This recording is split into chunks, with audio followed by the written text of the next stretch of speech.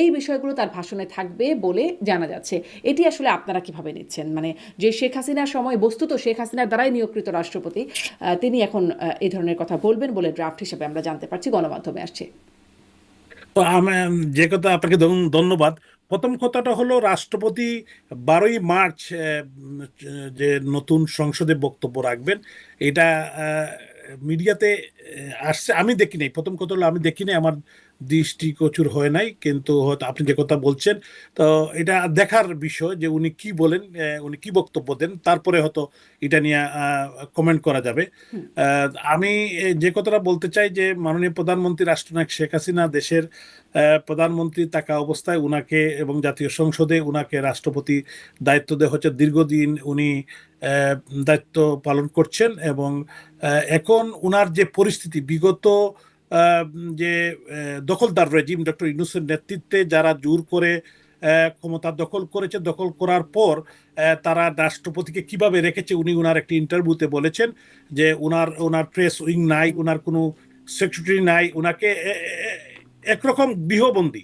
একরকম নাই, উনি যেটা বলেছেন, যদিও আমার সাথে উনার ব্যক্তিগত কোনো কানেক্টিভিটি নাই, তারপরেও যেভাবে মিডিয়ার মাধ্যমে আমরা জেনেছি যে উনি গৃহবন্দীর মতো উনাকে রাখা হয়েছে। এবং এই যে যিনি এই ইন্টারিম গভর্নমেন্টের প্রধান ছিলেন ডক্টর মোহাম্মদ ইউনূস, যিনি এই ধ্বংসের জন্য দায়ী, দেশের গণতন্ত্র, দেশের সার্বভৌমত্বকে বিক্রি এবং বিশেষ করে ইকোনমি ধ্বংস এবং দেশের প্রত্যেকটি অর্গানকে ধ্বংস করার জন্য, বিশেষ করে ধানমন্ডির 32 নম্বর জাতির পিতার যে ঐতিহাসিক বাড়ি জ্বালিয়ে দেওয়া এবং পরিবেশ নষ্ট, তার একজন উপদেষ্টা রেজওয়ানা হাসান, যিনি পরিবেশ মন্ত্রণালয়ের দায়িত্ব ছিলেন, সিলেটের 5,000 কোটি টাকা আর পাথর উনার নেতৃত্বেই লুট হয়েছে, এটা আপনারা দেখেছেন। এবং এটার জন্য সিলেটবাসীর পক্ষ থেকে আমি সিলেটের নির্বাচিত মেয়র হিসাবে আমরা প্রস্তুতি নিচ্ছি মামলা করার জন্য। তো এবং পরিবেশের বিভিন্ন জায়গায় না, আপনি যে ধানমন্ডি অভিযোগগুলো তুলছেন সেগুলো আরো অনেক হয়তো আপনি করতে পারবেন। মামলা করার প্রস্তুতির কথা বলছেন, আগের মামলারও কি হলো সেই বিষয়ে আপনার কাছে পরে আসবো, কিন্তু আমি রাষ্ট্রপতি ইস্যুটা ঠিক একটু আছে, শেষ করি আপনার বলেন। মন্তব্য জেনে যে তাহলে আপনি এটি যেহেতু শোনেন নাই, এই বিষয়ে আপনি এখন মন্তব্য করবেন না 12ই মার্চ তার না, আমি অধিবেশন। মন্তব্য, আমি না জেনে আচ্ছা, বিষয়টা 12 তারিখ উনার বক্তব্যের পরেই আমি হয়তো 13 তারিখ আপনার সাথে আরেকটি প্রোগ্রাম করে এই বক্তব্য দিতে জি, পারি, তখন ঠিক আমার আছে। এটুকু কমেন্টটা তো শুনেছেন, সময়। এটুকু তো শুনেছেন জনাব আনোয়ারুজ্জামান চৌধুরী তার যে সাক্ষাৎকারে তিনি বলছেন যে তাকে রাখলে তিনি রাষ্ট্রপতি হিসেবে থাকতে আগ্রহী। এটি আসলে আপনারা কিভাবে দেখছেন? না হয় এই সময় আপনি বলছেন দখলদার সহজেই যে শব্দগুলো ব্যবহার করলেন, মানে ডক্টর ইউনূসের সেই অন্তর্বর্তী সরকার যেখানে তিনি একরকম গৃহবন্দী ছিলেন, তার সাক্ষাৎকারে উঠে এসেছে, কিন্তু এখন তিনি বলছেন তাকে রাখলে তিনি সামনে থাকতে চান। এটিকে আপনারা কিভাবে দেখছেন? না, বিষয়টা এটা উনার উনি, উনার তো টেনিয়র 5 বছর, হ্যাঁ। উনি, উনার বোধহয় আরো 2 বছর আছে। তো বিষয়টা হলো যে উনি, এটা উনার একান্ত ব্যক্তিগত বিষয় যে উনি উনি উনি কি করবেন, কি করবেন, এটা তো উনার উনার বিষয়, তো আমরা বলতে পারি না বা আমরা ডিকটেটও করতে পারি না। তো এখন ও দেখার পালা, উনাকে রাখে কিনা, আবার উনি থাকতে চান কিনা, এটাও, বা থাকলে চাইলেও উনাকে রাখবে কিনা, এটা দেখার বিষয়। এবং আমি মনে করি 12 তারিখের পরেই অনেক কিছু খুলাসা হবে, তখন আমরা এগুলা কমেন্ট করতে পারবো আর কি। মানে রাখবেন কিনা থাকবেন কিনা এগুলো হয়তো দেখার বিষয়, কিন্তু হ্যাঁ, আপনাদের অবস্থান কি? মানে আপনারা কি চান রাষ্ট্রপতি তিনি তার টেনিউর ফুলফিল করুক, নাকি তিনি আসলে? দেখেন, আমি একটা কথা বলি যে একটি নির্বাচিত সরকার, মাননীয় প্রধানমন্ত্রী শেখ হাসিনার নেতৃত্বে একটি নির্বাচিত সরকারকে বেসিক্যালি একটি জঙ্গি হামলার মধ্যে দিয়ে 2024 সালের 5ই আগস্টে তারা হটিয়েছিল। এবং একটি নির্বাচিত সরকারকে যখন মানে হটিয়ে জোর করে নির্বাচিত প্রধানমন্ত্রীকে এক্সাইলে পাঠিয়ে দেওয়া, সরকারি, আপনারা দেখেছেন যে একটি প্রটোকলের মধ্য দিয়ে উনাকে বিদেশে পাঠিয়ে দেওয়া হয়েছে। এবং এরপরে তারা মানে সংবিধান বহির্ভূত যে কাজ প্রত্যেকটি কাজই সংবিধানের ভিত্তিতে হয় নাই। আগামী দিনে আমি মনে করি এটা রাষ্ট্রদ্রোহী মামলা হবে। ডক্টর ইউনূস এই সংবিধান লঙ্ঘন এবং অবৈধভাবে ক্ষমতা দখলের জন্য, আপনি জানেন যে ক্ষমতা দখলের জন্য আহ, আহ, আহ, মানে যে জাজমেন্ট বা বিচার হবে, সেই বিচারটা হবে ক্যাপিটাল পানিশমেন্ট, যে জোর করে ক্ষমতা দখল। ডক্টর ইউনূস কিন্তু জোর করে ক্ষমতা দখল করার জন্য এবং একটি নির্বাচিত সরকারকে, নির্বাচিত প্রধানমন্ত্রীকে মানে জোর করে সরানোর জন্যই আগামী দিনে তার বিচার হবে বলে এটা দেশবাসী মনে করে, আমরাও মনে করি। জি, ডক্টর ইউনূসের বিচারের কথা বলছেন, আর রাষ্ট্রপতির কি হবে? মানে রাষ্ট্রপতিও তো তাহলে সেই হিসেবে সংবিধান লঙ্ঘন করেছেন। তিনি যদি তাকে কেউ, শপথ আমি একটা করিয়েছেন, কথা পরিষ্কার বলতে এখনো চাই, তিনি সামনে থাকতে চান। জি জি শারমিন চৌধুরী, আমি একটা বলতে চাই যে সংবিধান কেউ লঙ্ঘন যদি করে, এটা রাষ্ট্রপতি হোক আর প্রধানমন্ত্রী হোক আর ইন্টারিম গভর্নমেন্টের প্রধান হোক আর স্বরাষ্ট্রমন্ত্রী হোক বা বর্তমান সরকারের যারা আছেন তারাও যদি সংবিধান লঙ্ঘন যদি করে, তার অবশ্যই বিচার হবে। সংবিধান লঙ্ঘন হলে তো বিচার হবে। এটার পানিশমেন্ট তো ক্যাপিটাল পানিশমেন্ট। জি, এটা আমাদের, আমরা সংবিধান মানে যদি মানি, রাষ্ট্রপতি কি সংবিধান লঙ্ঘন করেছেন নাকি করেন নাই?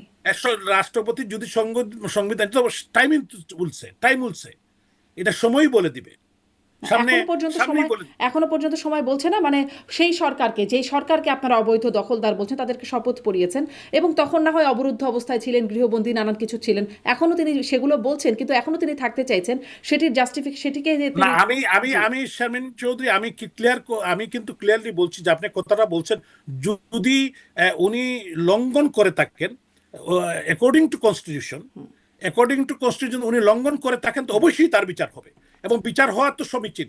আমি বলতে আইনের ঊর্ধ্বে কেউ না।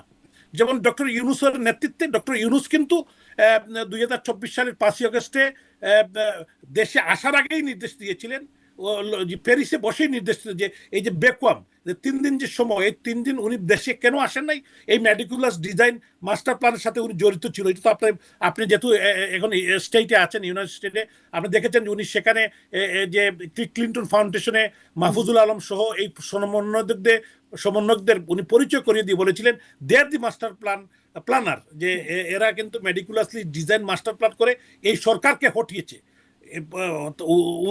একটি জঙ্গি হামলার মাধ্যমে। উনি যদিও জঙ্গি হামলা বলেন, এটা দেশবাসী বা আমরা সবাই কিন্তু যারা মুক্ত চিন্তার মানুষ, তারা মনে করে যে 5ই আগস্টে 2024 সালে একটি জঙ্গি হামলা হয়েছে, একটি নির্বাচিত সরকারকে হটিয়েছে, এটার জন্যই তাদের বিচার হবে। এবং সেখানে বসে কিন্তু বঙ্গবন্ধুর 2 কন্যা, নির্বাচিত প্রধানমন্ত্রী রাষ্ট্রনায়ক শেখ হাসিনা, বঙ্গবন্ধুর কনিষ্ঠ কন্যা সদ্য শেখ রেহানা আপাও এখানে ছিলেন। ওনাদেরকে হত্যার জন্য নির্দেশনা দেওয়া হয়েছিল এবং লিটারেলি কিন্তু তারা হত্যাই করত। কিন্তু যেহেতু সেখানে আইন শৃঙ্খলা তৎকাল, সেখানে এসএসএফ বা সেখানে যারা দায়িত্বশীল, তারাই কিন্তু এটাকে এবং মোটামুটি একটি সেভ করেছিল তৎকালীন সময়। তো এই পরবর্তী কি ঘটেছে এটা তো আপনারা সবাই জানেন, এবং পরবর্তী সময় তারা জোর করে উনাকে দেশের বাইরে নিয়ে গিয়েছে এবং এর পরবর্তী ঘটনাগুলো সবই জানেন। তো আমি বলতে চাই যে জিনিসটা, এখানে অনেক বিষয় আছে এখনো হাইড, অনেক বিষয় সামনে খুলাসা হবে, কি ঘটেছিল, কি হয়েছে, দেশবাসী কি মনে করে, এবং আগে যে ঘটনার জন্য যারা মাননীয় প্রধানমন্ত্রীকে বা আওয়ামী লীগকে বা সরকারকে দায়ী করেছিল, যে আবু সাইদ, মুগ্ধ, আরো যারা যাদেরকে হত্যা করেছিল, এই যে মেডিকুলাস ডিজাইন করে সরকার হটানোর জন্য এবং সরকারকে বেকায়দায় পালানোর জন্য, শেখ হাসিনার উপর ব্লেম দেওয়ার জন্য এদেরকে তারা হত্যা করেছিল স্নাইপার দিয়ে, এবং স্নাইপার ট্রেন পিপুল তারা বিভিন্ন জায়গা থেকে হায়ার করে এনে যে সরকারকে বেকায়দায় পালানোর জন্য, সরকারকে মানুষের কাছে অগ্রহণযোগ্য করার জন্য, এবং সরকারকে যে মানুষের কাছে বিশেষ এগুলো করে আপনারা অভিযোগ আমাদের, করছেন, কিন্তু এই প্রমাণগুলো আপনাদের কাছে কোথায়? মানে না এই এখন তো প্রমাণগুলো প্রমাণ কোথায়? তো, আপনারা আন্তর্জাতিক আদালতে ইয়েস, আপনি একটা মামলাও করেছেন, তারপরে কি আমি হয়েছে? সেই না মামলাটা না, কি হয়েছে? এই মামলাটা এখনো ইনকোয়ারি চলছে। আপনারা জানেন যে এগুলার অনেক সময় লাগে এবং তারা কিন্তু ইনকোয়ারি করে একটা পর্যায়ে, আমি মনে করি যে আগামী দিনে সবই পরিষ্কার হবে। জি, অনেকটা কিন্তু মানুষের কাছে খুলাসা হয়েছে জি, কি ঘটেছিল, কি ঘটেছে, আগামী দিনে কি ঘটবে, সবই কিন্তু। এবং একটি রাষ্ট্রকে কিভাবে মানে একটা শান্তিপ্রিয় একটি মনে করেন আমরা একটি নির্বাচিত সরকার এবং দেশের একটি কঠিন পরিস্থিতির মধ্যে তারা কিন্তু এই রাষ্ট্রটাকে ধ্বংস করে দিয়েছে। জি, আপনি বিশেষ যেমন করে যেহেতু অভিযোগের কথাগুলো বলছেন, এখনো পর্যন্ত প্রমাণ হয়ে যাবে বা আপনি বলছেন প্রমাণ খোলাসা হবে, এখনো যেহেতু হয় নাই, মানে আপনি যেমন তড়িৎ গতিতে অভিযোগগুলো করছেন, ঠিক এরকমই তড়িৎ গতিতে এনসিপি, জামাত এখন বা রাষ্ট্র ক্ষমতায় যারা আছেন বিএনপি, তারাও তড়িৎ গতিতে আপনাদেরকে এরকম অভিযোগ করেন। অভিযোগের জায়গাটাকে তুলে রেখে আমি আসলে এই না, প্রশ্নটা আপনার কাছে, আমি অভিযোগের জায়গাটা তুলে রেখে এই প্রশ্নটা করছিলাম যে যদি ডক্টর ইউনূসকে আপনি রাষ্ট্রদ্রোহী বলেন, বিচার হবে, তাহলে কি রাষ্ট্রপতিরও হবে কিনা? না, আমি একটা কথা বলি আপনাকে, যে প্রথমে কিন্তু আমরা অভিযোগ খণ্ডন করতে পারি নাই, যে মানুষকে তারা ভুল বুঝিয়েছিল, মানুষ কিন্তু অনেক আমাদের মা বোন বা আমাদের তরুণ সমাজ ছাত্র সমাজ তারা বলেছিল যে সরকার এটার জন্য দায়ী। কিন্তু পরবর্তীতে কিন্তু এই এই যে যারা জুলাই যোদ্ধা বা যারা এই আন্দোলনের সাথে জড়িত ছিল, যারা এই যে আপনার ছাত্ররা এই আন্দোলনের সাথে সম্পৃক্ত ছিল, তারাই কিন্তু এক একজন কিন্তু বলছে যে কি হয়েছিল, কিভাবে ঘটেছিল।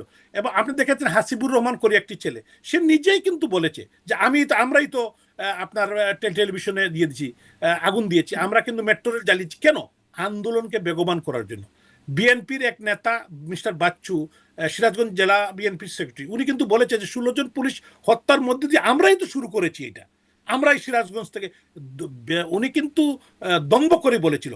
এরকম জামাতে ইসলামের, ইসলামী ছাত্র শিবির বা এনসিবির যারা নেতারা, তারা কিন্তু প্রকাশ্যেই বলেছে যে আমরা, আপনি দেখেছেন যে যাকে এই সরকার, বর্তমান সরকারের যিনি যোগাযোগ মন্ত্রী মিস্টার শেখ হাবিবুর রহমান, শেখ হাবিবুল আলম, যিনি 32 নম্বরের নেতৃত্ব দেওয়ার কারণে পুরস্কৃত হয়েছে, 3টা মন্ত্রণালয় তাকে দেওয়া হয়েছে, যে 32 নম্বর জ্বালিয়ে দেওয়া, এবং আপনার ইসরাক হোসেন, সাদেক হোসেন খোকার ছেলে, উনিও পুরস্কৃত হয়েছেন, উনি বেকুটা পাঠিয়েছিলেন যেখানে মুক্তিযোদ্ধা প্রতিবন্ধী দেওয়া হয়েছে। তো এরা তো প্রকাশ্যেই, এটা কিন্তু দেশবাসীর কাছে পরিষ্কার হয়েছে। আমরা যে অভিযোগ করছি শারমিন এই চৌধুরী, এটা কিন্তু ঠিক না। এখন এটা প্রমাণ করার বিষয়। আপনি বলতে পারেন যে এটা প্রমাণ করার, প্রমাণ তো অবশ্যই হবে, আচ্ছা, তো প্রমাণিত একদিন দেশবাসীর না কাছে একদিন হবে। পরিষ্কার হবার পরেও মানে এই যে নির্বাচনটা হলো, এই নির্বাচনটা হয়ে গেল, সেখানে দেশি বিদেশি পর্যবেক্ষকরা আসছেন, সবাই মোটামুটি ধরেন ইউরোপীয় ইউনিয়ন, কমনওয়েলথ, আইআরআই থেকে শুরু করে বিভিন্ন আন্তর্জাতিক সংস্থা যেমন দেশের ভেতরেও আছে, তারা আসলে নির্বাচনটাকে মোটা দাগে ভালো নির্বাচন বা খুব বিতর্কিত বলবার মতো কিছু তারা পেলেন না। জি, তাহলে মানে আমি আপনাকে বলি, আপনি আপনি অত্যন্ত একজন মানে বিজ্ঞ, দীর্ঘদিন মিডিয়াতে কাজ করেন, আপনি বাংলাদেশেও কাজ করেছেন। আমি আপনাকে বলি, যেহেতু একতরফা নির্বাচন, এটা আমিডামি নির্বাচন, জামাত এবং বিএনপি তারা দীর্ঘদিন তাদের এলাইজ, আপনি তো এটা পরিষ্কার, আপনি বাংলাদেশের মানুষ, আমরা, আপনারও জন্ম বাংলাদেশে, আমারও জন্ম বাংলাদেশে। তো আমরা এখানে অনেক কিছু যদি, আওয়ামী লীগের মতো একটি বিশাল রাজনৈতিক সংগঠন, আমি বিশ্বাস করি যে আওয়ামী লীগ যদি কোনো ভুল করে, আমি যদি কোনো খারাপ কাজের সাথে জড়িত হই, আমি হত্যা খুনের সাথে জড়িত, আমার বিচার হবে। কিন্তু একটি রাজনৈতিক দল, যে দলের জন্ম হয়েছিল 1949 সালে, যে দল এই অঞ্চলের মানুষের অধিকার আদায়ের জন্য জন্ম হয়েছিল, এই বাংলাদেশ আওয়ামী লীগ, 52-এর ভাষা আন্দোলন, 71-এর মুক্তিযুদ্ধ, 6 দফা আন্দোলন, প্রত্যেকটি গণতান্ত্রিক আন্দোলনের সাথে একটি বিশাল রাজনৈতিক দল, যে দল প্রায় 20 বছর 5 মাস under the leadership of her excellency Sheikh Hasina ক্ষমতায় ছিল, সেই দলকে বাদ দিয়ে যদি আপনি বলেন যে ফেয়ার, ইনক্লুসিভ একটি ভালো নির্বাচন হয়েছে, এটা আমি তো বলছি না, যুক্তি হয় না। ধরেন আন্তর্জাতিক সংস্থা যারা আসলো তারা তো না, এরকমটাই বললো, আন্তর্জাতিক বা সবাই তো আসে নাই, আন্তর্জাতিক সবাই আসে না, যারাই আসেছিল, আমি আপনার এই যে মেডিকুলাস কে আসে যারা, নাই? জনাব আনোয়ারুজ্জামান চৌধুরী আসে নাই কে?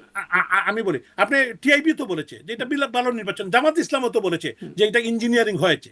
তো আমি বলতে চাই হ্যাঁ, যে আমি মানে আপনাকে এই ইঞ্জিনিয়ারিং কথাটা হয়েছে, বলতে, হ্যাঁ, এটা জামাত ইসলাম বলেছে, টিআইবিও কিছুটা কোথাও কোথাও কিছু ঘটনার কথা টিআইবিও উল্লেখ করেছে, কিন্তু বাংলাদেশে এমনকি একটা নির্বাচনও আছে যেখানে আসলে না, ধরুন আমি ধরুন এটা, যখন আপনারা হেরে গেছেন তখন আপনারা বলেছেন সূক্ষ্ম কারচুপি, যখন বিএনপি হেরে গেছে বিএনপি বলেছে সূক্ষ্ম কারচুপি, মানে আমাদের ইতিহাসে তো কারচুপি ছাড়া কোনো নির্বাচন দেখিনি। না না, আমি আপনাকে বলতে চাই, আপনি কিভাবে একটি ভালো নির্বাচন বলবেন, যে নির্বাচনে একটি বিশাল জনগোষ্ঠীকে বাদ দিয়ে, যে নির্বাচনে আপনি একটি বিশাল রাজনৈতিক দল, এবং আপনি জাতীয় পার্টি তো ইলেকশন করতে দেয় নাই, মানে দিয়েছে কিন্তু তাদের কোনো অ্যাক্টিভিটি করতে দেয় নাই, আর আরো প্রগ্রেসিভ পলিটিক্যাল পার্টি অনেকগুলো আছে যাদেরকে নির্বাচন ঠিক মতো করতে দেয় নাই। তো এটা জামাত এবং বিএনপির এবং আমি দামি, মানে আমরা মোটামুটি এখন দেখেন যেমনটা 24-এ আপনারা করেছিলেন সেরকমটা এটা 26-এ আমরা করেছি, কিন্তু আমরা কাউকে বাদ দিইনি শারমিন চৌধুরী, আমরা কিন্তু সবাইকে ওয়েলকাম করেছি, তারা আসেন নাই। যেমন জাতীয় পার্টি আওয়ামী লীগ আসছে যদি কিন্তু নির্বাচন, করতে পারে নাই আপনার ভাষায়। না, আওয়ামী লীগকে তারা বাদ দিয়েছে, আওয়ামী লীগকে তারা যেতে দেয় নাই নির্বাচন, আমরা কিন্তু যেতে চেয়েছিলাম, আমরা কিন্তু নির্বাচন করতে চেয়েছিলাম, কিন্তু আমরা তাদেরকে ওয়েলকাম করেছি, তারা নির্বাচনে অংশগ্রহণ করে না, এটাই হলো ডিফারেন্স। 18-তে তারা একবার শিক্ষা পেয়েছে যে অংশগ্রহণ করে কি হয়, সেটা তো 18-তে দেখেছে, আবার কেন নেড়া কয়বার বেল তলায় যাবে? জি, এইটা না বুঝছি, কিন্তু আমি এটা বুঝেছি, কিন্তু আপনি যে কথা বলেছেন, কিন্তু আমার কথাটা হলো আওয়ামী লীগ বা আওয়ামী লীগ সরকার বা প্রধানমন্ত্রী শেখ হাসিনা কিন্তু কাউকে নির্বাচন থেকে বাইরে রেখে নির্বাচন করতে চায় না, নির্বাচনে ওয়েলকাম করা হয়েছে নির্বাচনে, তারা পার্টিসিপেট করেন নাই। এখন তারা কোন কারণে করেন নাই, কি কারণে করেন নাই, এটা তারাই বলতে পারেন। কিন্তু আওয়ামী লীগকে তারা তো বাদ দিয়ে বলেছেন, তাই এবারে না? যে তারা তো বলেছেন তাদের অভিজ্ঞতা 18-তে আচ্ছা, যা হয়েছে, ফলে তারা জান না। আমি একটা কথা বলি, আমি আসলাম আপনার কথা যে সত্যি আমরা হয়তো আওয়ামী লীগের সময় তারা নির্বাচনে অংশগ্রহণ করেন নাই আওয়ামী লীগের কারণে, আমি মানলাম। তা আমি যে ভুলটা করেছি এটা কি আপনি করবেন? আপনি কি আবার করবেন? না, এটা কি তার মানে গণতন্ত্রের তার আগে জন্য, আপনারা দেশের এটা স্বার্থে? এটা কি বলেছেন যে আপনারা ভুলটা করেছেন? এটা কি আপনারা না, স্বীকার করেছেন কোনো আমি ফোরামে? না শুনেন, আমি আমি পার্টলি, আমি যে একবারে বলবো না, পার্টলি বলতেছি যে আপনার কথাটাই আমি যদি সত্য ধরেই নেই, বা অন্যান্য যারা কথা বলছেন তাদের কথা সত্য ধরেই আমি বলতে চাই যে আমি যে ভুল করেছি এটা কি আপনি করবেন? তা আপনি যদি করেন তাহলে আর আমাদের তো একটি লজিক আছে এখানে, আমি আপনারা বলতে চাই যে আমরা কিন্তু নির্বাচনে তাদেরকে আসার জন্য বাধা দিইনি, নির্বাচনে ওয়েলকাম করা হচ্ছে, নির্বাচনে তারা আসেন নাই। তো আমি ধরলাম আপনি বলছেন যে তাদেরকে বিভিন্নভাবে তারা সাপ্রেস হয়েছে। তো এইটা এইটা নির্বাচন হয়তো কোনো কোনো জায়গায় বা কিছু কিছু বিষয়ে হয়তো বলতে পারেন যে নির্বাচন এখানে কিছু কিছু সমস্যা ছিল বিভিন্ন জায়গায়, কিন্তু আমি বলবো না যে কাউকে বাদ দিয়ে সবাইকে কিন্তু পার্টিসিপেট করার ওয়েলকামিং ছিল, কিন্তু তারা বিএনপি বা জামাত তারা পার্টিসিপেট করেন নাই। এখন এইবারের যে নির্বাচন, যেটা আওয়ামী জামাতে লীগের তো মধ্যে নিবন্ধনই স্থগিত ছিল। জামাত তো আসলে দাঁড়িপাল্লা মার্কায় নির্বাচন করতেই পারে নাই। এটা তো আপনারা আওয়ামী তো লীগ করে নাই, হ্যাঁ। শারমিন চৌধুরী, এটা হাইকোর্ট করেছিল, কোর্ট করেছিল। এইভাবে এইবার যেভাবে তারা ডক্টর ইউনূস যে আপনার নির্বাহী আদেশে, প্রধানমন্ত্রী তো করেন নাই, ডক্টর ইউনূস যেভাবে করেছে এবার তো করে কোর্টের মাধ্যমে, কোর্ট আবার তাদেরকে দিয়ে দিয়েছে। তো এইটা তো কোর্ট যদি কোনো সিদ্ধান্ত নেয়, এটা তো একটু দল বা আওয়ামী লীগ বা সরকারে যারা আছেন তার তো কিছু করার নেই। কোর্ট তো তার নিজস্ব গতিতে চলে। কোর্ট তো কিন্তু এই মানে কোর্টই সুপ্রিম কিন্তু কোর্ট, এই সরকারকে মানে সংবিধানের 106 অনুচ্ছেদের অনুসারে বলেছে যে এই সরকার শপথ নিতে পারে, বা সেটা কিন্তু এই কোর্টই বলেছে। সেটাকে আবার আপনারা চ্যালেঞ্জ করে না, ফেলছেন। কোর্টে কোথায় বলেছে? সুপ্রিম কোর্টের চিফ জাস্টিস তো উনি, এবং জি। অ্যাপিলেট ডিভিশনে এরা তো কন্টেনমেন্টে ছিলেন, তারা তো জানেনই না। এখন এটাই তো প্রমাণ, এখন এদেরকে বলতে হবে যে এরা কি সাইন করেছিলেন, তারা কি তারা আবার ওপিনিয়ন অস্বীকারও দিয়েছিলেন। করেন নাই যে আমরা করি নাই, না, এটা অস্বীকার ওপিনিয়ন করেন নাই। ওপিনিয়ন এটা ঠিক, তখন তারা আসলে তিনি তারা ক্যান্টনমেন্টে তারা যদি ছিলেন। না, তারা যদি কন্টেনমেন্টে ছিলেন তারা কোথা থেকে সাইন করলেন, কিভাবে করলেন, কিভাবে ওপিনিয়ন দিলেন? এগুলা নিয়ে অনেক গাপলা আছে, সামনে এগুলো পরিষ্কার হবে শারমিন চৌধুরী, আপনি দেখবেন এবং দেশবাসীও দেখবেন। তবে ইনশাল্লাহ আমার একটা বিশ্বাস এর জায়গা যে এদেশের মানুষ, মুক্তিকামী মানুষ, বা এই স্বাধীনতায় যারা বিশ্বাস করে, বা এদেশের গণতন্ত্রে যারা বিশ্বাস করে, এদেশের মানুষ অতীতেও কিন্তু এটা বারবার প্রমাণ দিয়েছে। এবং আমি বিশ্বাস করি যে আগামী দিনে যে যে বঙ্গবন্ধুর কন্যা শেখ হাসিনা, আপনি দেখেন যে যারা 1971 সালে মহান মুক্তিযুদ্ধে আমাদের বিরুদ্ধে ছিল, যে সুপার পাওয়াররা, তারা কিন্তু পরবর্তী সময় 1975 সালে জাতির পিতাকে হত্যার সাথে তারা আংশিক জড়িত ছিল, বা তারা পিছন থেকে কলকাঠি নেড়েছে। এবারও এই সরকারকে হটানোর জন্য শেখ হাসিনাকে রাষ্ট্র ক্ষমতা থেকে সরানো কেন? যে তাদের তাদের যে সেন্ট মার্টিন, তাদের যে করিডোর, তাদের যে এই দেশ দখলের চক্রান্ত, এবং এই দেশে তাদের তল্পি বাহক যে সরকার বানানো, এটা শেখ হাসিনা কি বঙ্গবন্ধুর কন্যাকে দেওয়া হবে না। কারণ উনি এই দেশের 1 ইঞ্চি মাটি উনি আপোষ করেন নাই। উনি 1 ইঞ্চি মাটি, কারোর সাথে কোনো অবৈধ চুক্তি, কাউকে দেশের এই অস্তিত্ব বিলীন করে দেওয়া, আমাদের সংবিধান ধ্বংস করা, এটা শেখ হাসিনার সম্ভব, যে কারণে ওনাকে ক্ষমতার থেকে সরে যেতে হয়েছে। তবে মানে যা উনি হয়েছে যেহেতু সব সংবিধানের অনুসারেই হয়েছে। হ্যাঁ, কিন্তু উনি তাতে উনি সেটা যা উনি ইনক্লুসিভ যা নির্বাচন হোক বা আমি না হোক। আমি আপনাকে বলি যে উনি কিন্তু উনি জাতির পিতা বঙ্গবন্ধু শেখ মুজিবুর রহমানের কন্যা। বঙ্গবন্ধুকে কিন্তু পাকিস্তানিরা ধরে নিয়ে গিয়েছিল পাকিস্তানে, এবং উনাকে কিন্তু ফাঁসির রায় দিয়েছিল। উনাকে কিন্তু কবর করে সেখানে দেখিয়েছিল যে উনাকে কিভাবে ফাঁসি দিবে এবং কিভাবে কবর দিবে। উনি কিন্তু বলেছিল যে আমার বাংলার মানুষের কাছে আমার লাশটা পাঠিয়ে দিও। তো বঙ্গবন্ধুর কন্যা শেখ হাসিনা আপুস করবেন না, দেশের স্বার্থে, সংবিধানের স্বার্থে, এই দেশের অস্তিত্বের স্বার্থে, এবং দেশের মানুষ সাথে উনি বেইমানি করেন নাই, যে কারণেই উনাকে ক্ষমতা ছাড়তে হয়েছে, উনাকে আজকে এক্সাইলে থাকতে হচ্ছে।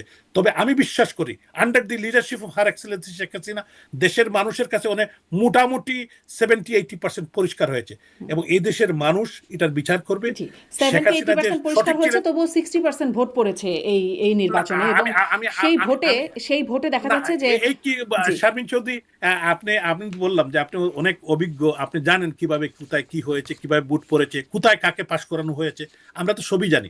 তারপরেও আমরা সংবিধান, দেশ, আমাদের এই দেশের মানুষের প্রতি আমি একটি কথা বারবার বলতে চাচ্ছি যে বঙ্গবন্ধু কন্যা শেখ হাসিনা, যিনি এই দেশকে ভালোবাসেন, এই দেশের মানুষকে ভালোবাসেন, এই দেশের সংবিধান রক্ষা, এদেশের গণতন্ত্র রক্ষা, এদেশের মানুষ যাতে ভালোভাবে বাঁচতে পারে, এটাই উনার স্বপ্ন। এই দুঃখী মানুষের মুখে হাসি ফুটানোই উনার স্বপ্ন। কিন্তু এই কারণেই কিন্তু অনেক জায়গায় আমরা আমরা আমরা আমরা অনেক কিছু জানার পরেও, বুঝার পরেও, সময় আসবে ইনশাল্লাহ, আজকে যারা এই দেশের মানুষের বিরুদ্ধে কাজ করছে বা দেশের সংবিধানের বিরুদ্ধে কাজ করছে বা দেশের অস্তিত্বের বিরুদ্ধে কাজ করছে, ইনশাল্লাহ তাদের বিচার বাংলার মাটিতে একদিন হবে। যতই ডক্টর ইউনূস এখন আপনাদের বিচার হবে, তারপরে আরেকজনের বিচার হবে। আপনারা যখন ক্ষমতা ছিলেন তখনও একদলের বিচার হচ্ছিল, মানে সবসময় বিচারেই চলতে থাকবে আমাদের দেশে। না শারমিন, আমি বলি যে আমি বিচারের বিপক্ষে না। আমি মনে করি যে আমি যদি ভুল করি, আমি যদি কোনো রং করে থাকি, আমার বিচার হোক, অসুবিধা নাই, কিন্তু বিচারটা সঠিক প্রক্রিয়া হোক। এই ডক্টর ইউনূস নিজেই কিন্তু 1 বছর উনার এসএসএফ দিয়ে গেছেন, উনাকে একজন দেশের বিশিষ্ট নাগরিক হিসাবে, এসএসএফ বিবিআইপি হিসাবে। তো বিবিআই উনি উনার মতো, সরি টু সে দ্যাট, উনি একজন বয়োজ্যেষ্ঠ মানুষ, উনার মতো একজন নির্লজ্জ মানুষ, উনার মতো একজন নির্লজ্জ মানুষ যে নিজে সিগনেচার করে যে নিজেকে বিবিআইপি বানিয়েছেন, এবং এই দেশের মানুষের, এই গরিবের টাকা দিয়ে হাজার হাজার কোটি টাকা উনি বিদেশে পাচার করেছেন। এবং উনি শুধু না, উনার যে একটা চক্র, উনার যে রেজিম, যে উনার যে যাদেরকে নিয়ে আপনি পার্টি করছেন, এখন বিভিন্ন জায়গায় দেখি উনি কি আপনার বারবাইকিউ পার্টি করেন, যে ওনার যে এনজিও যে একটা এনজিও জুট বলতে পারেন, যারা দেশ বিরুদ্ধে, বিদেশের এজেন্ট, যারা বিদেশের টাকা এনে দেশের বিরুদ্ধে, দেশের সার্বভৌমত্বের বিরুদ্ধে, দেশের অস্তিত্বের বিরুদ্ধে কাজ করে, তাদের বিচার অবশ্যই হবে ইনশাআল্লাহ। এই যে টাকা পাচারের কথা বলছেন, আপনাদের টাকা পাচারের বিচারও এখন চলছে, অনেক অনেক টাকার গল্প আমরা শুনি। ঠিক আছে, আমরা যদি টাকা পাচার করতে, বিচার হোক শারমিন, এটা তো অসুবিধা নাই। আমি যদি টাকা পাচার করে থাকি, আমাকে প্রুফ করুক, বিচার করুক, অসুবিধা তো নাই। এগুলা তো মিডিয়ার মধ্যে, মিডিয়াকে কন্ট্রোল করে, টেলিভিশন জোর করে দখল করে, আপনার কতজন, 150 জনের উপর তো সাংবাদিক আপনার মতো জেলের মধ্যে আছে। এইটা তো কোনো গণতন্ত্র না। সবকিছু খোলা করে দোক, ওপেন করে দোক, মিডিয়াকে ওপেন করে দোক, দেশের মানুষের কথা বলার রাইট। এই যে সরকার, মানে আপনাদের সময় সেটা হয় নাই, ডক্টর ইউনূসের সময় আপনি বলছেন নির্লজ্জ অবস্থায় তিনি কাজ করেছেন, এই যে সরকার আসলো, এই সরকারের সময় কি হবে এরকম আপনি আশা করতে পারেন? এখন দেখার পালা। আমরা আশা করি এরা ভালো করবে, আমরা চাই, আমরা আশা করি, আমি দেশের একজন জনগণ হিসাবে। কিন্তু প্রথমে শুরুতেই তো অনেক কিছু গলত। আমি গতকালকে দেখলাম সালাউদ্দিন আহমদ, যিনি স্বরাষ্ট্রমন্ত্রী হয়েছেন, উনি প্রথম বললেন যে পুলিশকে এবং একটা প্রেগনেন্ট উইমেন, একজন বোনকে সিরাজগঞ্জে হত্যা করেছে। এই বোনটি বলেছিল যে আমি অন্তঃসত্ত্বা, আমাকে মেরো না। এই বাচ্চা সহ, এই পেটের বাচ্চা সহ যারা খুন করেছে, হত্যা করেছে, প্রায় প্রায় 24 জনকে হত্যা করেছিল সেখানে, এই সিরাজগঞ্জে। এইরকম জ্বালিয়ে পুলিশ হত্যা যারা করেছে, দেশের ল অ্যান্ড অর্ডার সিচুয়েশন, যারা দেশের একটি স্টেক হোল্ডার, যারা ল অ্যান্ড অর্ডার সিচুয়েশন দেখে মানুষের সুরক্ষা দেয়, দেশের মানুষ যাতে রাত্রে ঘুমাতে পারে ঠিক মতো, সেই পুলিশকে যখন হত্যা করলে আপনি বলবেন যে বিচার হবে না। আমি বলবো যে বিষয়টা হলো, তারা প্রপার বিচার করতে পারে। তারা বলতে পারে যে যারা দোষী তাদের বিচার করবে। এইটা যদি না করে, যে ডক্টর ইউনূসকে খুশি করার জন্য বা খুনিদেরকে খুশি করার জন্য, এই এনসিপির পোলাপান যারা হত্যাকারী, খুনি, তাদেরকে খুশি করার জন্য যদি বলে, এটা খুব সুখকর না। এটা প্রথমেই গলদ। কিন্তু এটা কিন্তু দেখে দেশবাসী আমরা কেউ খুশি হতে পারলাম না। আমি মনে করি যে এটা তাদের শুরুতেই গলদ, এবং এইটা যদি তারা করে, তো অবশ্যই ভবিষ্যতে কিন্তু শুধু এই দিন নয়, আরো দিন আছে, এই দিন নিয়ে যাবে সেই দিনের কাছে। আমি মনে করি প্রত্যেকটি অন্যায়ের বিচার হবে। যে অন্যায় যদি আমিও করি, আমারও বিচার হোক, অসুবিধা নেই। আমি কিন্তু বলতে চাই, আমি কিন্তু বলি নাই যে আমারও বিচার হবে না, আমারও বিচার হোক, কিন্তু প্রপারলি। আমি যদি কোনো অন্যায় করে থাকি, প্রপার ইনভেস্টিগেশন, আমাকে যাতে আমি আত্মপক্ষ সমর্থন করতে পারি, মব জাস্টিসের শিকার না হই। এখন হাইকোর্টের জাস্টিস, এখন তো ধরেন মব জাস্টিস, যেটুকু ডক্টর ইউনূস সরকারের সময় যেরকম আসলেই যে মব জাস্টিস দেশে বিদেশে আলোচনা হচ্ছিল, মব ভায়োলেন্স, আসলে মব জাস্টিস শব্দটা না বলি মব ভায়োলেন্স ছিল, সেটি তো এখন সেই অবস্থায় নাই। তাহলে আপনারা কি এখন দেশে ফিরে আপনাদের মামলা মোকদ্দমাগুলো ফেস করবেন? গত পরশুদিন একজন এক্স মেম্বার অফ পার্লামেন্ট নারায়ণগঞ্জে একটি বিয়ের অনুষ্ঠানে গিয়েছিলেন, আওয়ামী লীগের একজন সাবেক সংসদ সদস্য, উনাকে হেনস্থা করা হয়েছে এবং পুলিশে তারা দিয়েছে। তো এরকম ঘটনা যে ঘটে না, এটা আমি বলবো না। এখন বিষয়টা হলো, এখন মানুষ মানুষের না বিশ্বাস, এই সরকারকে প্রমাণ করতে হবে। এই বর্তমান যারা ক্ষমতা আছেন, যেভাবেও আছেন না কেন, তাদেরকে প্রমাণ করতে হবে যে এই যে মব ভায়োলেন্স বা যে মানুষ হত্যা, আপনি কত মায়ের কুল খালি হয়েছে, কত মানুষ, আপনি 280 জন গাজী টাওয়ারে আগুন লাগিয়ে পুড়িয়ে দিয়েছে, এগুলো কি বিচার হবে না? অবশ্যই বিচার হতে হবে। আজ হোক কাল হোক বিচার হতে হবে। আপনি দেখেন, আমি বলতে চাই, আপনি একজন জার্নালিস্ট, 150 জনের উপর জার্নালিস্ট তো আপনার হাজার হাজার তো চাকরি হারিয়েছেন, টেলিভিশনগুলোর দখল এখনো জোর করে।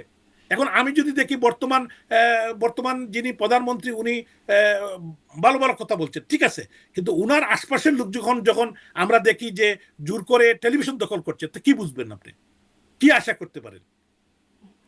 আপনি যদি বলেন, তার মানে আপনারা প্রথমে একটুখানি আশার কথা বললেন, তারপরে আবার এই বিষয়গুলোতে আপনারা আস্থা পাচ্ছেন না। তার মানে কি এই সময় আপনারা ফিরবেন বা মামলা মোকদ্দমাগুলো ফেস করবেন, সেটি আপনাদের প্ল্যানে নাই? শুনেন, আমরা গুটি কয়েক লোক, হাজার খানেক লোক দেশের বাইরে আছে। আওয়ামী লীগের লক্ষ লক্ষ কোটি কোটি সমর্থক, নেতা, কর্মী, 150 জনের মতো এমপি তো জেলে আছে, আমাদের সিনিয়র নেতৃবৃন্দ জেলে আছেন। আমাদের তো প্রায় আমার মনে হয় 24 জনকে জেলের মধ্যে পয়জন দিয়ে হত্যা করেছে ডক্টর ইউনূস রেজিম। এটার জন্য, এই হত্যাকাণ্ডের জন্য এবং জেল হত্যা, 1975 সালের 3রা নভেম্বর যে জাতীয় 4 নেতাকে জেলের মধ্যে তৎকালীন যে খুনিরা হত্যা করেছিল, আপনারা জানেন, এটা পরিষ্কার। এবার কিন্তু প্রায় 24 জনকে হত্যা করেছে পয়জন দিয়ে বিভিন্ন জেলে। তো এইটা তো পৃথিবীর ইতিহাসে এরকম আপনাদের কাছে কোনো প্রমাণ আছে পয়জন দিয়ে হত্যা করেছে? হ্যাঁ, এগুলো তো অবশ্যই, এটা তো পরিষ্কার। এবং এক বগুড়া জেলের মধ্যে আপনি একটু দেখেন, বগুড়া জেলের মধ্যে প্রায় আমাদের বেশ কয়েকজন নেতা তারা হত্যাকাণ্ডের শিকার হয়েছেন। তো এগুলা তো সবগুলা এখন প্রমাণ করা হলো তাদেরকে, মানে আপনাদের কি কাছে প্রয়োজন কি দিয়ে প্রমাণ? শুনেন, আমি আপনাকে, শারমিন চৌধুরী, আমি একে বলো, এটা আপনি যদি আমাকে বলেন, জেলের মধ্যে কিভাবে তারা খুন হলেন, কিভাবে তারা মারা গেলেন, এইটা তো সরকারকে প্রমাণ করতে হবে। আমি বললাম, আপনি আমার কথা বিশ্বাস করলেন না, ঠিক আছে, আমি এগ্রি করলাম আপনার সাথে, তাহলে কিভাবে 24 জন জেলের মধ্যে মারা গেলেন? কিন্তু আপনারা যেহেতু অভিযোগটা করছেন যে তারা তো বলছে সরকার তো বলছে আমাদের স্বাভাবিকভাবে কাছে মারা গেছে, নিশ্চয়ই তদন্ত হওয়া উচিত। আমি এটার সাথে আপনার সাথে নিশ্চয়ই তাহলে একমত। তদন্ত হোক। হ্যাঁ, তাহলে আমি আপনার কাছে, কিন্তু আপনারা যে বলছেন পয়জন দিয়ে হত্যা করেছে, এটা একটা গুরুতর অভিযোগ, এটার কোনো প্রমাণ? না, আমি শারমিন চৌধুরী, আমি আপনাকে বলি, আমি তো তদন্ত দাবি করছি এবং বিচার, নিরপেক্ষ তদন্ত এবং বিচার, তিনটেই চাচ্ছি আমি। আমার কথাটা হলো, আপনি আমাকে ভুল প্রমাণিত করেন, আমি যে অভিযোগগুলো করছি এটাকে আপনি ভুল প্রমাণিত করেন, সরকার ভুল প্রমাণিত করুক। এইটা ম্যাক্সিমাম হয়েছে কিন্তু ডক্টর ইউনূস রেজিমের যে অভিযোগ করে তাকেই তার অভিযোগের সত্যতা প্রমাণিত করতে হয়, প্রমাণটা না না না, এটা না, আপনি আমাকে ভুল প্রমাণিত করেন, সরকার আমাকে ভুল প্রমাণিত করে যে এটা ঠিক না, আমি যে কথাটা বলছি এটা ঠিক না। তবে একটা জিনিস হলো, এই মুহূর্তে আপনি জানেন যে মুখ বন্ধ, কেউ কিন্তু কথা বলতে দেওয়া হচ্ছে না, এটা তো আপনি বলছেন না, আজকে তো কথা বলা যাচ্ছে না। বাংলাদেশে কোন মিডিয়া থেকে আমরা কথা বলতে পারছি? আমাদের কোনো নিউজ হয় না। এখন আপনি যদি বিদেশে বসে না থাকতে, আপনি কি আমার ইন্টারভিউ করতে পারতেন? পারতেন না? পারতেন? বলেন। মানে বাংলাদেশে কোনো মিডিয়া করছে না, এটি আমরা দেখতে পাচ্ছি। বাংলাদেশে কোনো মিডিয়া করতে পারছে না, সেটা দেখতে পাচ্ছি। কিন্তু এই যে বলছেন মুখ বন্ধ, রাষ্ট্রপতি শাহাবুদ্দিন চুপ্পু সাহেব এতদিন পরে তার চুপ অবস্থা থেকে মুখ খুললেন, মানে মুখ তো এখন খুলছে। শুধু মুখ খুলছে না, আপনাদের মানে জেলের তালা খুলছে, জামিনে বের হচ্ছেন নেতাকর্মীরা, আপনাদের অফিসের তালা খুলছে। মানে আপনি বলছেন আমাদের নেতাকর্মীরা বেল পাচ্ছে? আমাদের বেগম আইবি রহমান, আমাদের যিনি একজন অত্যন্ত সৎ, হ্যাঁ, আবার একটি মার্ডার কেস আজকে। তো এইটা আপনি কিভাবে বলবেন যে উনি, আপনি আইবি রহমান সম্পর্কে তো জানেন, উনি একজন সৎ নিষ্ঠাবান রাজনীতিবিদ, একজন এবং আমাদের মানে একজন অগ্নিকন্যা এই নারায়ণগঞ্জের, এবং উনার ফাদারও পলিটিক্স করতেন। উনি কি কেমন এটা তো আপনার জানেন, যে উনার মতো একজন মানুষকে এরকম হেনাস্তা, উনার বাড়ি থেকে কিভাবে রাতের অন্ধকারে উনাকে নিয়ে আসা হলো, কিভাবে উনাকে নির্যাতন করা হলো, কিভাবে আমি লাস্ট মুহূর্তে উনাকে রাত 4টার সময় ওনার সাথে কথা বলেছি। এই পরিস্থিতিতে আপনি দেখেন যে ডাক্তার, অনেক মহিলাদেরকে হেনস্থা করা হয়েছে, তাদেরকে মব ভায়োলেন্স করা হয়েছে হসপিটালের ভিতরে ঢুকে, আপনি দেখেছেন? আপনি বলছেন যে হ্যাঁ, সেলিনা হায়াত আইবিকে আবার শোন অ্যারেস্ট হয়েছে, তিনি দেখানো হয়েছে, তাকে অ্যারেস্ট দেখানো হয়েছে, আজকে একটা হত্যা মামলা দেওয়া হয়েছে, হ্যাঁ, এরকম মামলা হয়েছে। কিন্তু তারপরেও মানে অনেক নেতারা, আওয়ামী লীগের অনেক নেতারা জামিনও তো পাচ্ছেন এই সময়, এই জামিনও পাচ্ছেন, বা যখনই ক্ষমতা পরিবর্তন হলো তখনই আওয়ামী লীগের অফিসের তালা খুলতে শুরু করছে। এটি আসলে কি বার্তা? মানে রাজনৈতিকের, মানে আপনাদের রাজনীতির তালাও কি খুলছে নাকি? না, আমি আপনাকে একটা কথা বলি, যে আওয়ামী লীগের অফিস না খোলার কি কোনো কারণ আছে? আওয়ামী লীগ এদেশের একটি, না, এটা খুলতে দেওয়া হয় নাই। তার মানে এখন দেয়া হচ্ছে।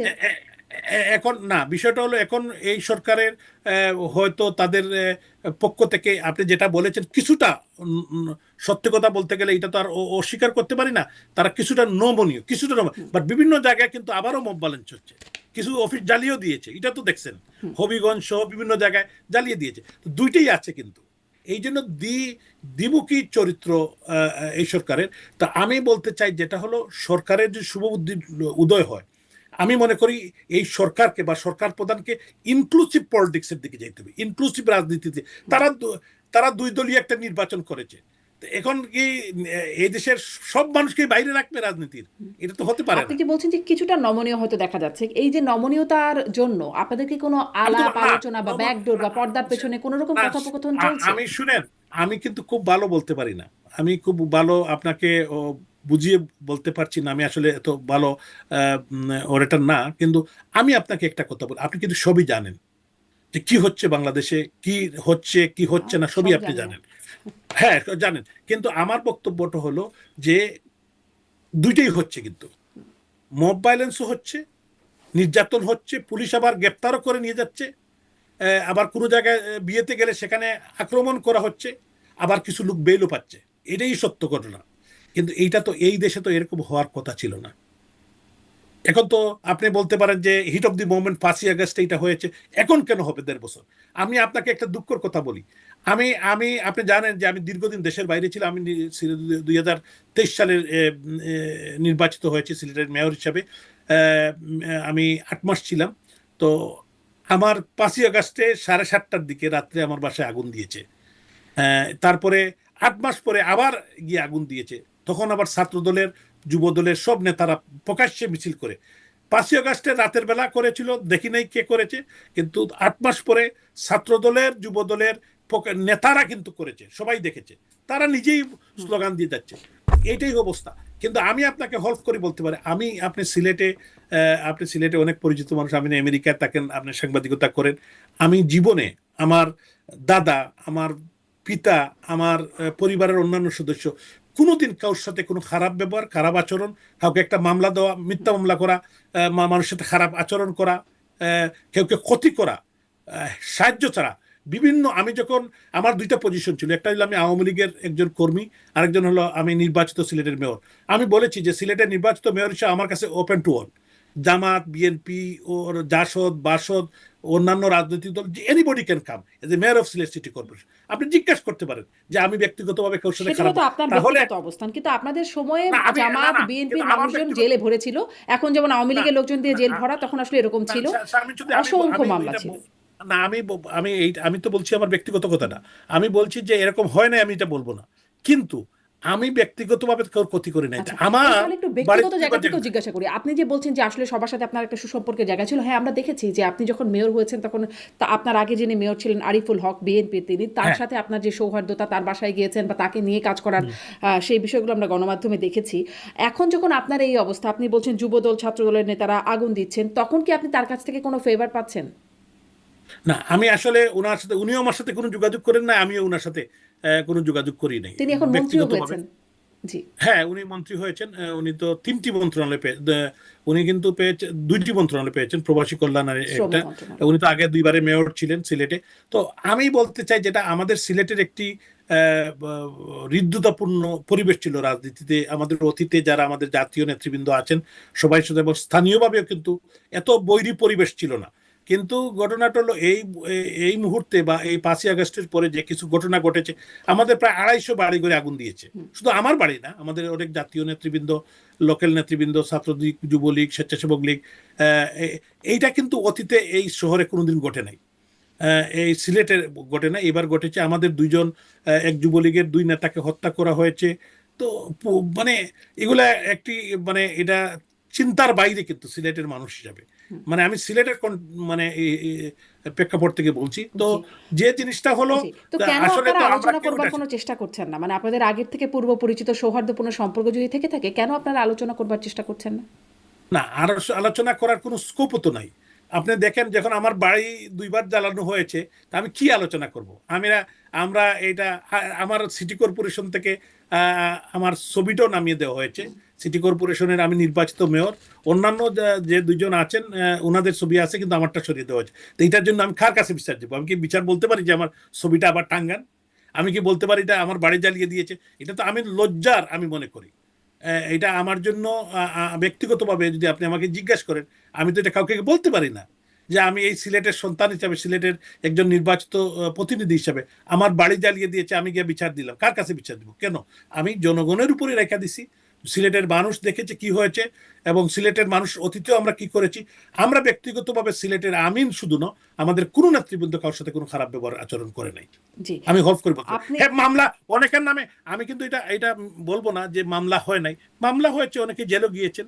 এটা তো অতীতে আমরাও গিয়েছি, আমাদের অনেক নেতৃবৃন্দ গিয়েছেন।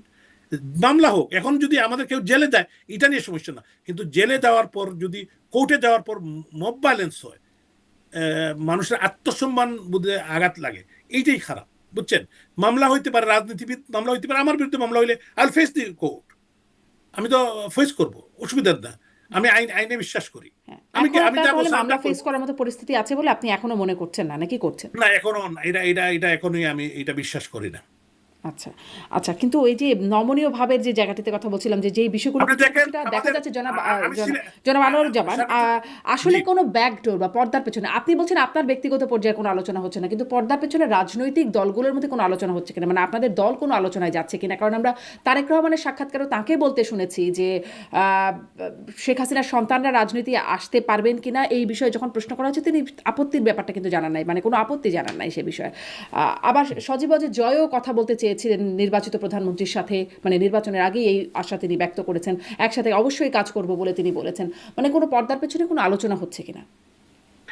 এই বিষয়টা আমি আসলে আমার নলেজে নাই যে কোনো আলোচনা হয়েছে কিনা, কিন্তু আমাদের নেতা সজীব ওয়াজেদ জয় উনি পরিষ্কার বলেছেন যে ডায়লগে বিশ্বাস করি, গণতন্ত্রে তো ডায়লগের কোনো বিকল্প নেই।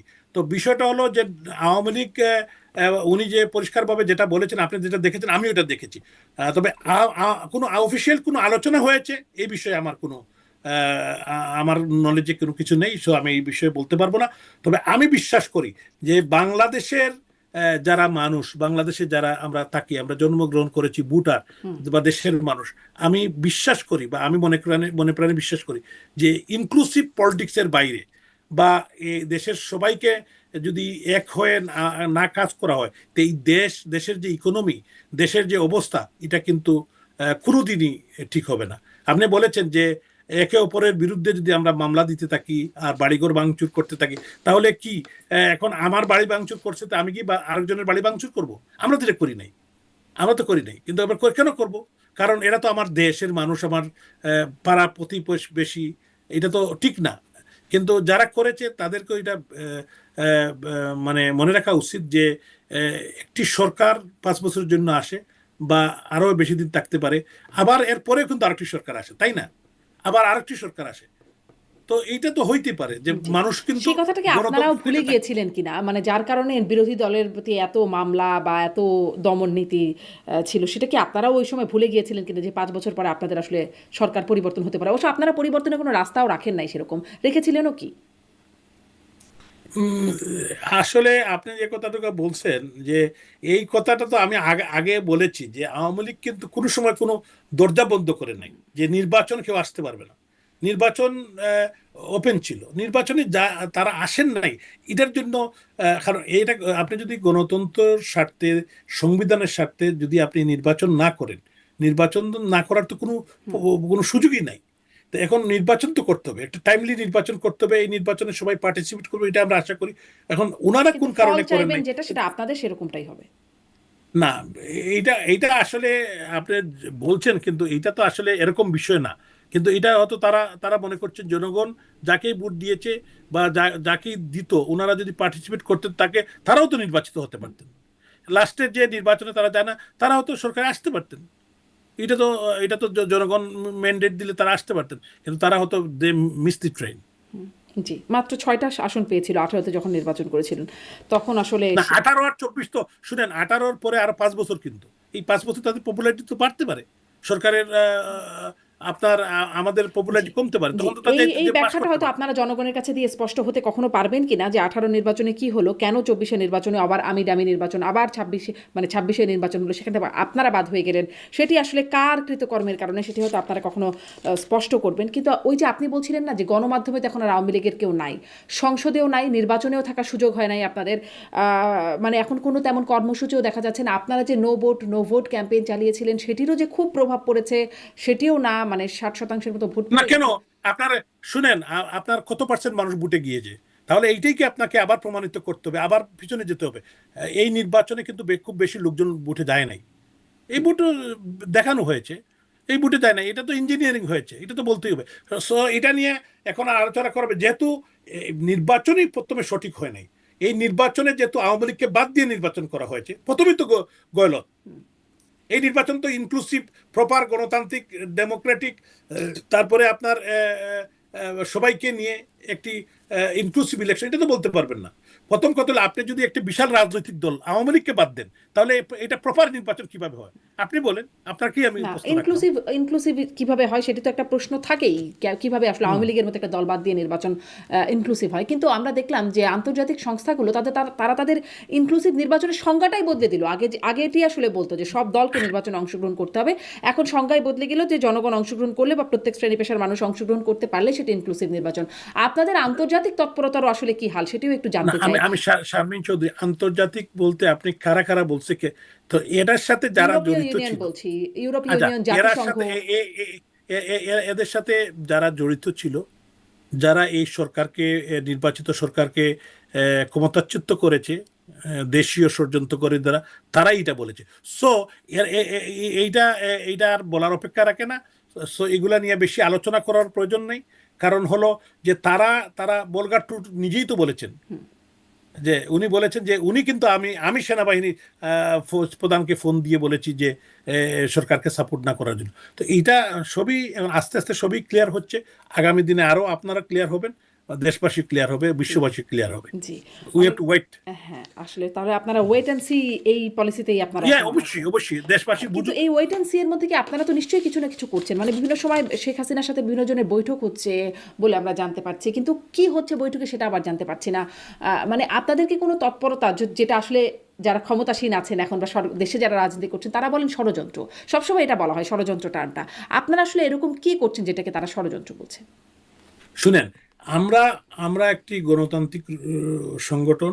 আওয়ামী লীগ, বাংলাদেশ আওয়ামী লীগ এদেশের অভ্যুদয়ের সাথে বাংলাদেশ, এই অঞ্চলের মানুষের অধিকার আদায়ের জন্য আওয়ামী লীগের জন্ম হয়েছিল।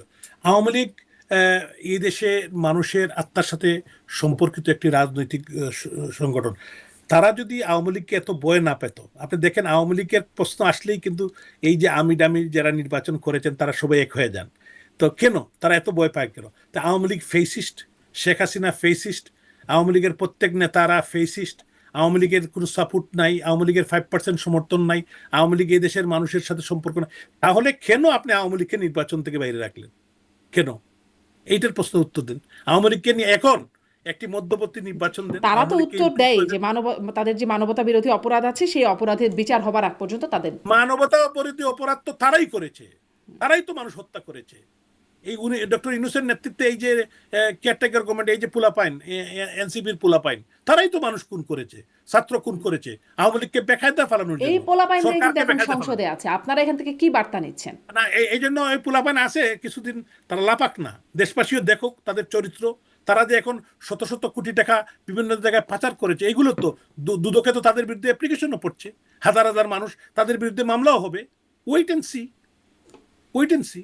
আর তাদের গুরু ডক্টর মোহাম্মদ ইউনূস, উনি নিজেকে ভিভিআইপি ডিক্লেয়ার করেছেন। ডক্টর ইউনূসের বিরুদ্ধে কি আপনি মনে করেন? আমি একটা জিনিস আপনার এই অনুষ্ঠানের মধ্যে বলতে চাই যে উনার তো 85 হয়েছে, বোধহয় 86 হয়ে যাচ্ছে। তো আমি উনাকে আগেও একদিন বলেছিলাম যে উনার জন্য আমি দোয়া করি উনি আরো বেশ কিছুদিন বেঁচে থাকুক, উনি বেঁচে থাকুক, যে উনার যে বিচার বাংলাদেশে হবে, এই বিচারটা যাতে উনি নিজের চোখে দেখতে পারে। আল্লাহ তাআলা উনাকে বাঁচিয়ে রাখুক। আমি আজকেও বললাম, আজকে রমজানের সময়, যে উনাকে বাঁচিয়ে রাখো, উনার নিজ চোখে উনার বিচারটা দেখতে হবে। মানে মরণোত্তর বিচার তো উনি দেখতে পারবেন না, উনি বেঁচে থাকতেই এই দেশ ধ্বংসের জন্য, দেশের কনস্টিটিউশন ধ্বংসের জন্য, জি, এই দেশের ইকোনমিকে ধ্বংস বিচারটা তো আপনারা করার জন্য, করবেন, দেশ কিভাবে বিক্রির আপনারা জন্য। দেশের রাজনীতিতে না, ফিরবেন আমরা বলুন? শুনেন, আমরা করব না। এই দেশের কনস্টিটিউশন, এই দেশের আইন, এদেশের ডক্টর ইউনূস যে আপনার রাষ্ট্রদ্রোহী কাজ করেছেন, এই রাষ্ট্রদ্রোহী মামলায় তার ক্যাপিটাল পানিশমেন্ট হবে। Wait and see. সেটা তো এই সরকারের আমলে হবে না, হবে? Time will say wait. এই জন্য তো বলতেছি wait, we have to wait, একটু সময় দিতে হবে তো। আচ্ছা, সেই সময়টা কেমন সময়, এটুকু কি ধারণা পেতে পারি যে আপনাদের কাছে না, কেমন এখন সময়? বিষয়টা হলো আমি তো বলছি যে আপনি একটু অপেক্ষা করেন, দেখেন। ওকে, অনেক একটু অপেক্ষা করুন। অনেক ধন্যবাদ জনাব আনোয়ারুজ্জামান চৌধুরী। তাহলে ওয়েট আপনাকে অ্যান্ড সি অসংখ্য এর মধ্যে ধন্যবাদ। সবকিছু রয়ে যাচ্ছে, আসলে ওয়েট না, করে না, দেখি দেখি আপনাদের দেখি। আসলে ওয়েটের মধ্যে কি আছে, ওয়েট অ্যান্ড সি পলিসি এখন ইনশাল্লাহ, আওয়ামী লীগের ইনশাল্লাহ। পলিসি। আচ্ছা, আপনি অনেক চেঞ্জ দেখতে পাচ্ছেন না?